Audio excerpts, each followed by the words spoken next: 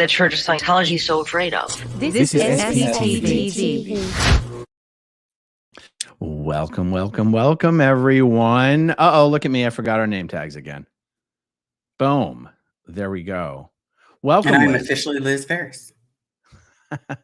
We've never done anything just one-on-one, have we? No, because, well, technically, the first time we did it, we talked kind of one-on-one, but I was, yeah. Yes. Well, for anyone who's not already aware, if you're not yet subscribed to Liz Ferris, you can jump over and find her channel, Liz Ferris, or at Pokemon and Colts for the win there. Right. So guys, we're doing this tonight in an amazing turn of events. The Free Winds ship is sailing again. Turns out, oopsie daisy. I had to look how many days ago it was that I did a video that said the Free Winds ship was never going to sail again, which was just based on speculation of things some SeaOrg members had said to some people, but it was fun. And the day I did that video, some people emailed me some photos of the Free Winds magazine that had just hit mailboxes. And they're like, I'm not sure if they would still be sending out the Free Winds mag, telling people to come to the Free Winds if this thing was about to be scrapped or anything. And I was like, oh boy, send me the photos. And then you sent me photos today, and we're going to go over these photos of this Free Winds mag. I do want to say though, that if I were a Scientologist and I heard that the ship was going to be scrapped and everyone was going to be able to do OT8 at Flag, and you were no longer going to have to, I feel like my camera's a little crooked. You were no longer going to have to fly to the Bahamas and greatly inconvenience yourself and stay at these very small and overpriced accommodations, I would have been very excited. I think some Scientologists' big secret is that they absolutely hate going to the ship. I can see that. Nobody wants, well, you go from, like at the Wilcox, you have this small, like 12 by 12 room. And then from what I've heard of Free Winds, you've got like a 5 by 5. Yeah, I've never been on the ship, but I've heard those rooms are tiny, and it's such an inconvenience. And also lately, the ship's just been tied up at the dock in Aruba for sometimes months at a time. So you have to go, what's even the point of going to the ship if it's just tied up at a dock the whole time? I'd be disappointed as a Scientologist personally. I'd be disappointed dropping, 20, 30, or $5 million to go onto this ship and be like, I get to scrub the deck. Yes. Just wait till you see in this magazine what she's talking about. They are selling a new service. Well, honestly, this service has been around for a while. The Competence and Leadership Seminar, where for a small fee of only many thousands of dollars, you can go to a ship docked up at the port in Aruba and learn how to clean a ship. Basically. Okay, so here's the glorious new cover of the Free Winds magazine. Set sail for the OT universe. Come aboard and chart your course to spiritual freedom. More like the 5 steps from the ship to the Aruba dock. Okay, now these photos are not in any particular sequence. Actually, we're just going to go backwards because some of this is the mail that came with the magazine. Yes. Right? Okay, so this is Anna Ibarra, who apparently has been married once again. Anna Bernard. Anna has been a Scientology staff member from the Sacramento area for damn near 30 years now. I'm a little sad that she's back on staff. She was off staff for a very long time. Whenever I see people get back on staff or back in the SeaOrg, I'm extra sad for them. So times like these need people like you. For me, working for L. Ron Hubbard as a career and helping to forward his purpose full-time is extremely rewarding. I love my post in helping staff and public move up the bridge. Wow. A glowing review for someone who's been a staff member since she was, I want to say a teenager, but she might've been in her early 20s when I first met her. Did you ever know Anna? I did not. I did not. Anna and her sister, Christina, the 2 Ibarra sisters. Okay, this is a picture of the back page of the Free Winds magazine. And if you look closely, let me zoom in on this. You can see that that bridge goes all the way up to OT 15. It's right there. And OT 8 right here is where everything can you Liz, can you see my cursor on the screen, or is it just me who can see it? Okay, I can see it. That's right. These upper secret unreleased OT levels is, in my personal opinion, the reason I say, even to people who are like, well, Scientology auditing helped me feel better, or study tech helped me a little bit, or objectives made me happier, I still go, none of that matters, because Scientology is a scam and a con and a lie. And every day for the last 40 plus years, Miscavige has been lying to Scientologists about the existence of these upper OT levels. They don't exist. L. Ron Hubbard never did them. And when they're asking you for your millions of dollars and for your children, for the SeaOrg and for all this stuff, it's because of this bullshit fake promise, this scam, that once we get big enough, we're going to release these upper OT levels, guys. And you just need to work a little bit harder and give us a little bit more money, because we're not going to be able to save all mankind until we release these upper OT levels. That's right. And spoiler alert, there ain't no damn upper OT levels. But don't tell that to these guys, because these guys work on the OT ship. I bet not a single one of these guys have done their OT levels. No. Like, they probably have done the Purif like 5 times, but yeah. But I doubt that they have done a single thing. And but guys, if you want to scan that QR code and contact the Freewinds letter registrar, get yourself on the Scientology mailing list, so maybe you can send them some Aftermath Foundation cards or whatever. I know, I'm afraid to get on it. Yeah, you're like, and you too can start receiving this mail on a weekly basis, and it never stops. That's right. Hey, look at all these happy, successful people. If only you do your next level, just keep going. You can be as happy as these people are. Look how big those certificates are. That's how you know it's true, guys. I mean, they wouldn't give you a big certificate like that just for a bunch of BS now, would they? Yeah, they would. See, I always thought it was more along the lines, the bigger the certificate, the more money you actually had to drop to get the bigger certificate. That's right. That's right. Now, just real quick, I just want to comment on this a little bit more. Like, tell me if this resonates with what you heard in Scientology.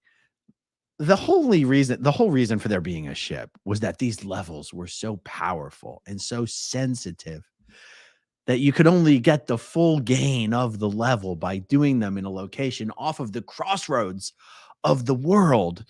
Now, I always thought this ship was like out at sea where you couldn't see anything. It's just tied up at Aruba or Curacao. But when the ship is in dry dock, they let you do the OT8 at Flag here in Clearwater, Florida, where I live. And I just go, how come nobody goes, why do we have to do OT8 on the ship? But if the ship isn't available, it's okay to do it in Clearwater. Like, so it's okay to do it in Clearwater, but only sometimes. If it's okay to do OT8 in Clearwater when the ship's in dry dock, why isn't it okay to do OT8 in Clearwater all the time? See, and I was always told that it's sailing too far away, so that way you cannot be disturbed. Your family cannot reach you. Nothing in the outside world can touch you. You're just there to learn and to grow and to just absorb it all. That's right. That's right. And if that were true, it would like, you know, me growing up as a little Scientologist, I thought it's like, no, you couldn't possibly do that level not on a ship. It has to be on a ship, because otherwise, why would you put it on a ship unless it had to be on a ship? It doesn't make a lot of sense. And yeah. So, but don't tell that to these people, because these people were very glad to fly all the way to the ship to spend weeks and weeks getting fundraised and all sorts of stuff just to get those big fat certificates. And yeah, Okay, let's see what else we have. Oh, this is a whole lot of now that almost makes me want to pay the money right there. Because your dress can fly up too? Yeah, I want Now to the be as question happy. is, was she smiling or was she like, I'm broke? I think it was more like I'm broke. Did you happen to scan that QR code and watch the Freewinds music video?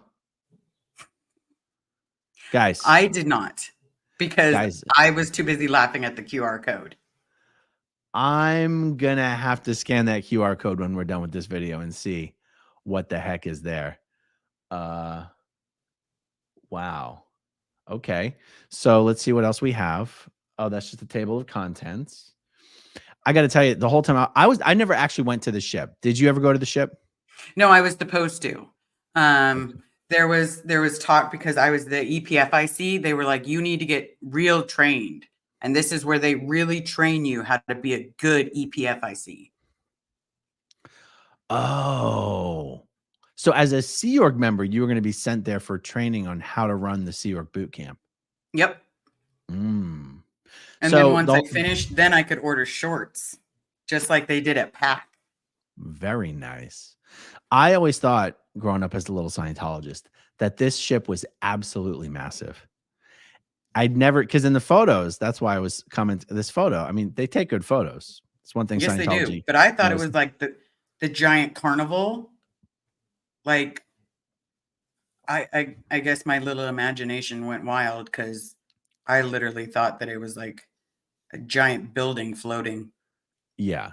Well, they make the ship look beautiful in the photos, but when people send me photos, they email me. I get emails from people all the time who are on Carnival cruises, Royal Caribbean cruises, Disney cruises. They pull up to Aruba and they're docked behind this ship. The ship is not, I mean, they do a really good job making it look nice in the photos. Let's just say the ship is photogenic. It looks better in the photos than it does in real life. Well, yeah, because they can touch it up. Yeah. Nobody's going to touch it up. They're going to show you how it really is. Yeah. And compared to those actual cruise ships, it's absolutely tiny. It's probably better to call it a yacht. There's the old man. A changed new world. Yeah. Okay. We're not going to read that article though. Woo! Look at this guy. Who do we have here? Ooh. My trackpad doesn't want to cooperate with me right now. Okay, that's Jose Vergara. I recovered my spirit of play. I now have the freedom to play the only game that matters, life itself. Woo! That's worth the money. Jose, sign me the hell up. By the way, I was told that this bridge, which it might be in Curacao, I'm not sure, was actually the model of that's the bridge in the Bridge to Total Freedom album on the cover of the Road to Freedom album. Oh. Do you remember that cover, what that looks like? I have it somewhere, to be completely honest. Yeah. My dad sent it to me for a Christmas present once. Yeah. Okay. It arrived in September. The pinnacle of the bridge. This is where truth is revealed. Our latest new OT8s describe what it's like to reach this amazing state. Now, for those of you guys who may not already be educated on this, from OT3 to OT7, you are getting rid of these basically sick, half dead, unconscious, disembodied alien spirits that L. Ron Hubbard says are stuck to you and are the source of everything that's wrong with you. And in your Scientology auditing, it's very often that the auditor asks you to come up with past life memories of millions and billions and trillions of years ago in other galaxies and solar systems and universes and space times and all this stuff. And as a Scientologist going up the bridge, these past life memories that you come up with over time become very much a part of your self-identity, like who you think you are. Because the Scientologist would say, you're not your body, you're a spiritual being. You've been alive for 76 trillion years. And in a lot of your auditing, you are basically convincing yourself that you're having memories of all of your past lives, right? Did you ever do much past life stuff in your auditing? I did. When my mom was helping, like, because I had a couple of MUs, but I used to call it, we're not our body. Our body's like a suitcase. And it's just, my suitcase is a little fluffier. But other than that, I used to describe it as, it's just a suitcase. Yeah. And so on OT8, my understanding, the way it's been explained to me, is all you're doing is going through the past life recalls that you've had in your auditing up until that point, and you're basically finding out which one of those recalls were actually your own, or which one of those recalls did it actually belong to you, that memory, or did that memory belong to one of your body thetans, or did it belong to a thetan cluster? So literally, that's when you see these success stories of how these people say, it changed my life. It was such a simple action tailored to me, and I feel so much more myself. What they're really saying is, oh, yeah, I've convinced myself which memories were really mine and which memories belong to the alien spirits. So I just wanted to frame that, I mean, that action is what Jose Vergara is saying enabled him to play the game of life itself. So I don't know. Could be worth the money. We'll find out. Armando Siracusano. After my very first session on OT8, I realized that I could change beingness at will, and I could love and understand more and more. The space around me is free. I don't know. It's kind of underwhelming, to be honest. Yeah, his wasn't too good. Hers was pretty good. Oh, this is Amanda O'Connor, wife to Dan O'Connor, deadly with a fax machine up to 50 yards. New OT8 was so simple and exact and so much fun to audit. I stripped away all these pieces and was left with the certainty of who I am. Amanda O'Connor. Okay. Well, good for her. Okay, let's see. Christelle. Uh-oh, how do you pronounce that fancy name? Bruzette? It's probably, yeah. I would have guessed Bruzette, but I could be wrong. Okay. This level gave me so much power and responsibility. Everything now makes so much sense. Truth revealed is the most beautiful thing there is. They just look so freaking happy. I mean, I know these success stories and these quotes and these magazines seem so sort of underwhelming or silly, but seeing these messages repeated over and over and over, like seeing people who in life are relatively successful, professional, smart, respected people, seeing just dozens of them over and over and over every single month gives success stories like this. Like, it really does. Well, I'll speak for myself. Really did get me to a point where I didn't even like getting auditing. I never wanted auditing. I never willingly participated in an auditing session, but I believed in the state of full operating thetan.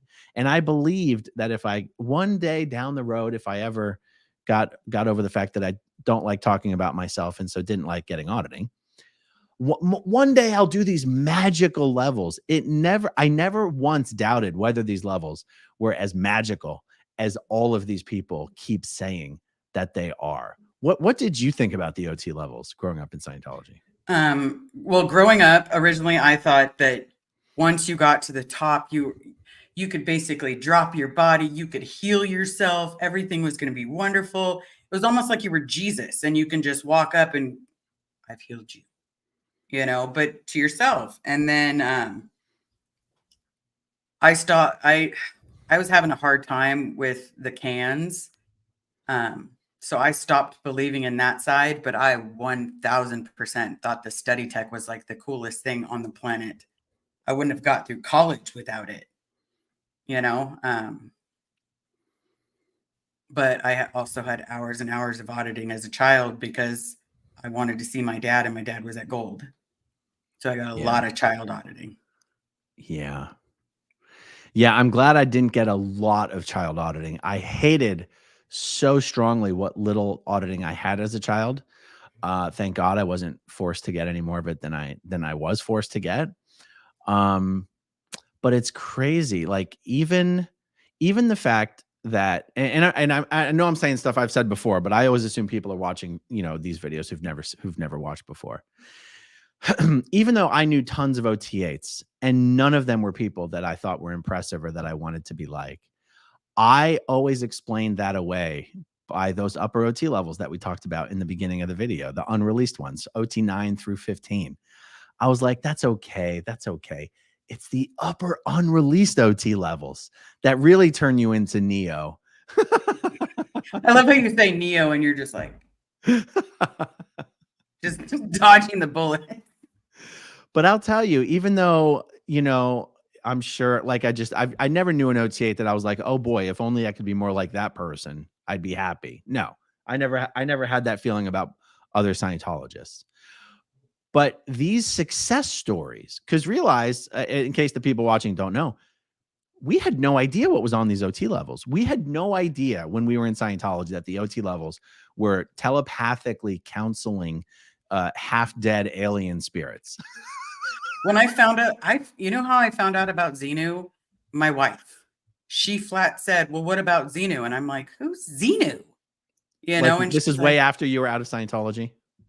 No, like, well, technically, yes, because she had me watching your show, and then she said something about Xenu, and I'm like, I don't know who's Xenu, and then she had to explain to me that Xenu is our God, and I'm like, what? No, there's no God, you know. And well, now technically, because I don't want anyone to get confused though. Scientologists don't worship Xenu. He's just a politician, basically, in some planet of the Galactic Federation, really. Yeah. But I had no clue who he was. I literally thought that, you know, we were empowering ourselves, you know, doing the pure, if we were cleansing our body, we were, you know, admitting to our overts and withholds. And every time you admitted to all your overts, it would make you a better person. And now I'm like, you know how many times I confessed like every single sin, even things that didn't really happen, just so I can get out of the auditing? Yeah. By the way, Xenu was his given name based on my personal whole track recall. I'm pretty sure we just called him Bob. His friends called him Bob. You know, he's much more relatable than you would think for being a galactic overlord. Okay, let's see. Rudy Marshlian. Marashlian. I don't know. When I stepped into the OT band, increases in theta, power, energy, certainty, confidence, and calmness ensued. I was making things go right with little or no effort, and I was no longer the effect of time. Wow. He left space time. He now can go backwards or forwards at will. Wow. Okay, let's see. We have Azumi Sunohara. What was handled in one session? Uh-oh. Oh, here, you know what? Let me throw us over to the other side. Hold on. What was handled? Now we're looking. Now we look silly. That's okay. What was handled in one session was like getting rid of 10 lifetimes worth of charge. I can truly and fully acknowledge myself and just be me. All failed purposes vanished, and I found myself seeing my dream of clearing this planet becoming a reality. I think dream is the operative word there, guys. Scientologists, for those of you watching, truly believe that Scientology is making strong headway in getting at least half of the human civilization, the human race, into Scientology and up to Scientology's state of clear. When they say clearing the planet, that means getting at least half of the population of Earth up through at least half of the levels of Scientology. And Miscavige has convinced the 20 to 30,000 Scientologists in the world that they are making meaningful headway towards this goal every single year. I remember it. There was an event. There was some kind of event, and someone told me, we've gotten 10 million people. We're up to 10 million people. And I'm like, 10 million? Like 10 million Scientologists? Yeah, it was just announced. 10 million. That's a lot of people, and I don't see that many people here. Yeah, nope. 20 to 30,000, 20,000 is probably a realistic number at this point. Okay, let's see. Oh, this person's going to the ship not to do her OT levels, but to become more competent in life. overboard takes on a whole new meaning, secured with a rope and harness and balanced on a plank of wood.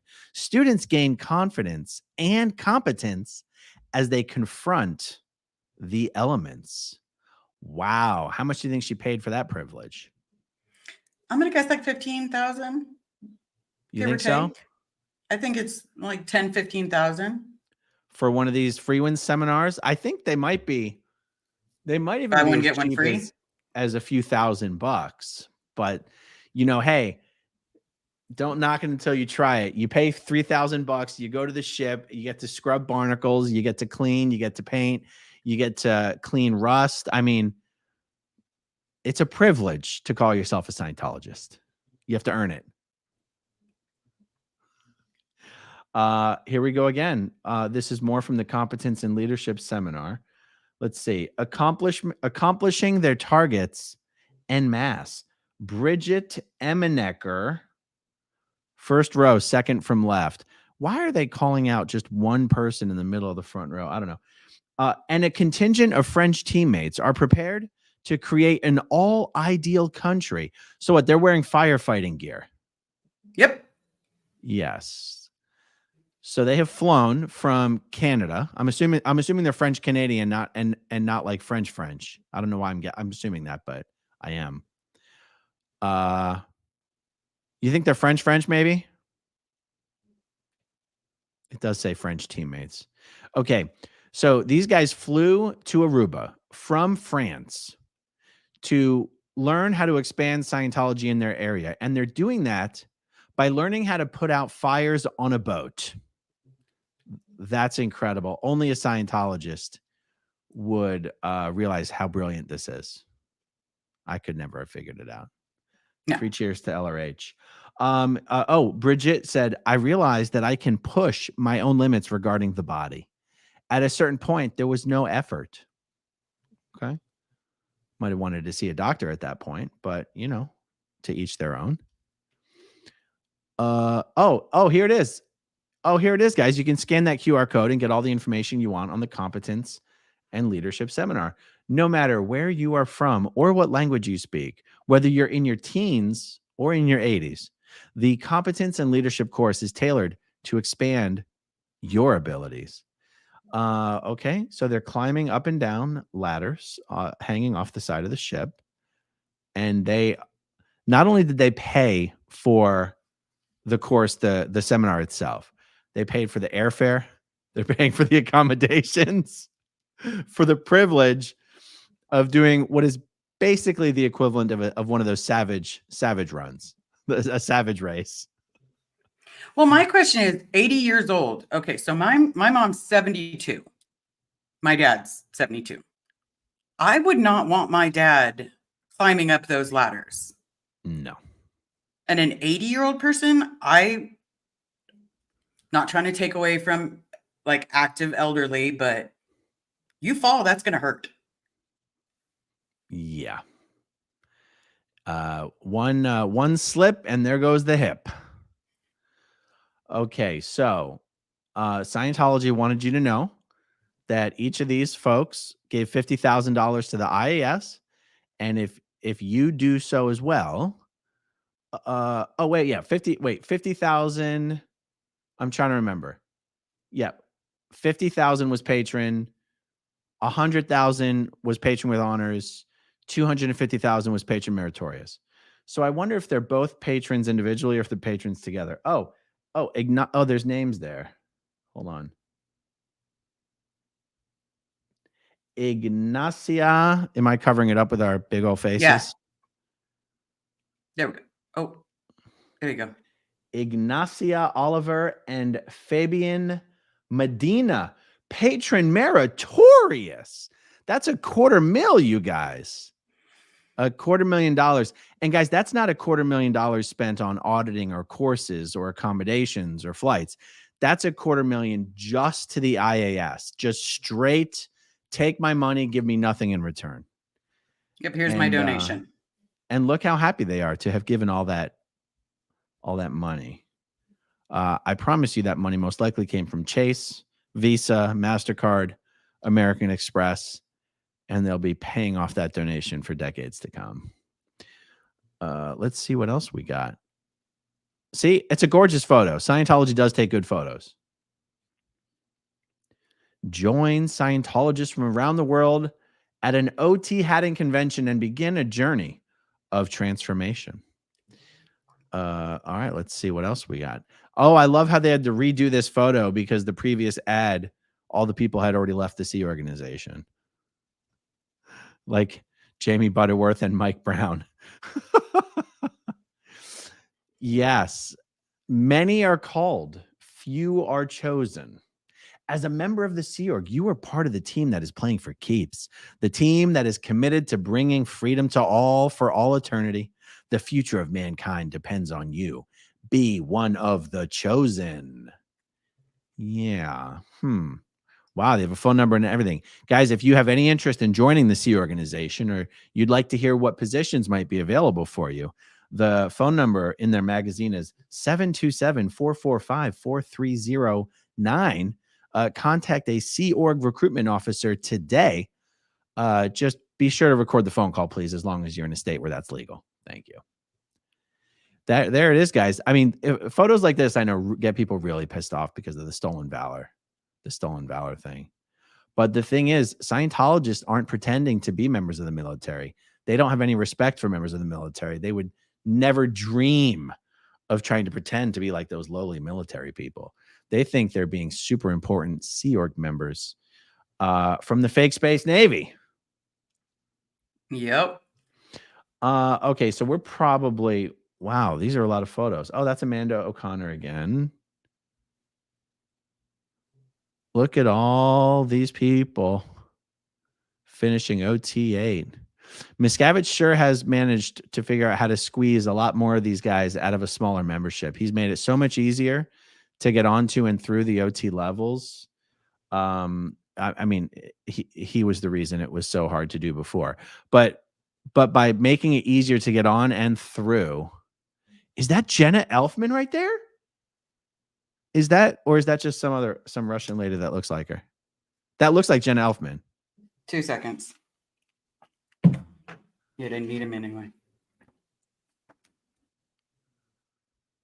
God dang it.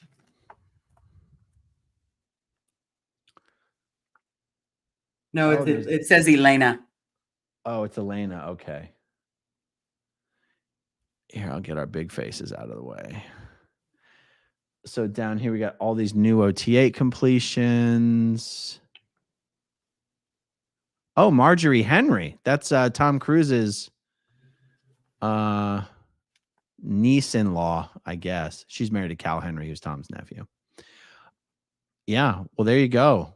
Okay, rocking and rolling in OT8 land over there. Okay, let's see what else we got. Leave the chaos behind. Okay. More new OT8s, the competence and leadership. Here's what I thought was interesting looking at this.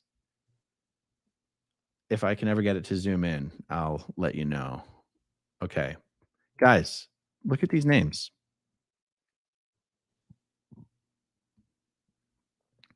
Look at the massive amount of Taiwanese.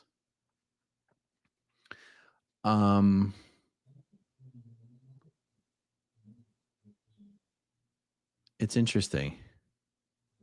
Now, these aren't the OT8s. These are just the come to the ship and learn how to put out fires and stuff and climb up and down. I don't know. It does show you that they are succeeding in getting people to the ship from, it's not just the United States, that's for sure. All right, let's see what else. More fashionable photos. Oh, see, now they're going to more putting out fires. Students such as Valerio Morello Zenatello learn to deal with any emergency. Wow. They are having so much fun. Okay. When they could have learned to do this in the EPF and not spent like $3,000-4,000. It's true. So we have Judy Bashar, auditing on new OT8 was like magic for me. And this magic kept growing and growing. And you know she's telling the truth because she's got that OT8 bling. That is the special OT8 bracelet with her. What would you describe this symbol here? Is that theta? I guess that's the theta symbol, isn't it? I think so. Know. Yeah. Okay, so she's got that OT8 bling. That's what matters. Oh, take an OT viewpoint. Go home at cause. All right, let's see what's going on here. Sorry, I'm messing around with my mouse as usual. Okay, it's time for you to get a personal reality on being OT, wherever you are on the bridge. When you step aboard the Free Winds, you enter a realm of spiritual freedom like nowhere else on earth. The environment itself is OT, and that's life-changing. Please take a few minutes to answer these 4 simple questions. How interested are you in coming aboard the Free Winds? Have any of your friends or family sailed on the Free Winds? What did you hear? Would you like to learn more about the Competence and Leadership course? How could we help you plan your first trip to the Free Winds? Okay, some hard-hitting questions there. Okay, fine. Now, that concept of what they said, that the environment itself is OT. You make case gain just by walking onto the ship. That's why it's so special. I totally bought that shit. So did I. I thought the Free Winds was actually out on the ocean. I didn't realize it was just sitting tied up to an island 90% of the time. Well, yeah, I did think that. I thought it was never docked and it was just floating around. Yeah, I wasn't a bright kid. All right, let's see what L. Ron Hubbard said about this magical level OT8. I mean, this is what it's all about, folks. You will enjoy new OT8 when you do it. It is uniquely addressed to you. I don't want to mention too much at this time, but I will tell you that it addresses a vital necessity for a Thetan's total freedom. I have discovered the primary reason for amnesia on the whole track. And believe me, this you need to handle. So the whole track is a Scientology word that refers to all of your past life experiences combined. Like your time track tends to refer to this lifetime, but the whole track specifically refers to past life. Amnesia on the whole track means the reason you cannot remember your last 67 trillion years, whatever it is. And so as a little Scientologist growing up, I thought that once you finished OT8, you basically had full, perfect, total recall of your last 60 plus trillion years. That's what they say. Did you believe that too? Yeah. I'm like, I remember being a kid and being like, I can't wait till I'm here. I can't wait. It's going to be so cool. I think one of the reasons I had never met an OT8 that was someone I thought I wanted to be more like is because the expectations of what that person should be like was so high in Scientology based on all the propaganda. That the bar was set so high that, you know, you meet someone who's OT8, of course, they're just like you. They're just like anyone, except they're either have way less money because they've gone $500,000 into debt and they're poor as dirt, or they have a lot of money and that's why they dropped all that money on the bridge. It never really seemed to be in the middle. It was either someone who was rich or someone who was poor, and you were like, how the hell did that person never get to OT8? Yep. And I always thought, I mean, maybe it's just me, but I always thought that once you became OT8, you were just so kind. You were warm, inviting, and welcoming. And then when one of my friends' moms became OT8, I was like, you're still the B word. Well, that is all of the photos that we had for this magazine. Let's see. Let's look at a few super chats here. JL, let's go Yanks. That's right. Go Yankees. Zigma182. The new Rick and Morty episode, season 7, episode 3, has loads of Scientology references, including David Miscavige voicemail impersonation. Also, I would love a neon SPTV sign. I've gotten a whole bunch of episodes about this Rick and Morty thing. Hopefully I'll have time to go look for it and dig it up. Doing a reaction video to that kind of content can work. Doing it as a live stream doesn't work because it'll instantly get copyright flagged and then you have to go through the review process. So I'll have to do that as a pre-record if I do it. But thank you, Zigma. I will check that out. Oh, and I just ordered the the neon SPTV sign from one of these online websites that makes neon signs. I think the website that I got it from is like crazyneon.com or something like that. Thank you, Roro, for the super sticker. Jeannie, thank you.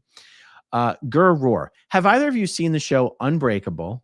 Kimmy Schmidt, I think. Kimmy Schmidt's take on Scientology, cosmetology, and the SeaOrg. It's pretty spot on.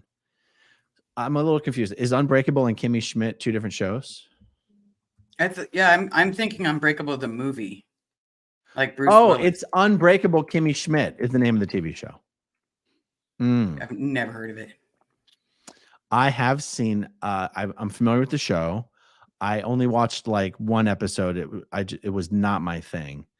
But let me see. Okay, so Gur Roar. What I'm wondering is that was this like a recurring, an ongoing subject or topic that was touched on throughout the entire show, or was it like a single episode that I could watch to see what they had to say about this? Because that would be interesting to take a look at that. I did also get an email about the Freewinds from someone who's been tracking its locations. So it had looked like the Freewinds went into dry dock on October 10th and was in dry dock for 21 days and left dry dock, sailed to Aruba on October 31st. And it looks like it is scheduled to sail from Aruba to Curacao Sunday at 10 p.m. So there can be no doubt that the ship is still operating, which it's a fascinating conversation that could be had on why David Miscavige keeps this ship operating. On the one hand, I don't think they sell enough auditing to pay for the fuel. But on the other hand, that might be why they don't sail very much anymore. True. Or, I don't imagine people maybe it's because I did the EPF and I'm just not understanding why someone would get a thrill there was nothing thrilling about scrubbing the buildings. So how would there be something like you're going to pay money so that you could scrub the boat? You could pay the people that are doing it. They haven't seen more than $40 in a while. I know. It's so backwards. It is incredible.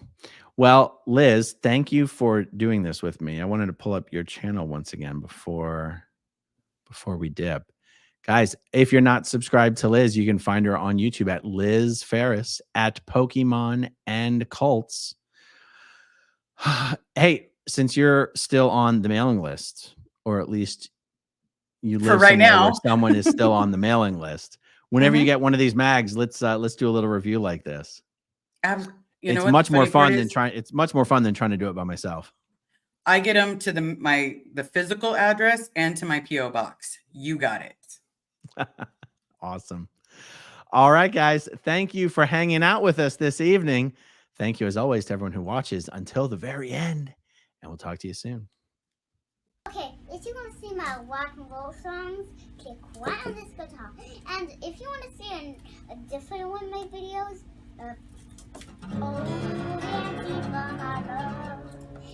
then you could click right inside here. If you have subscribed or not, subscribe right here. Bye.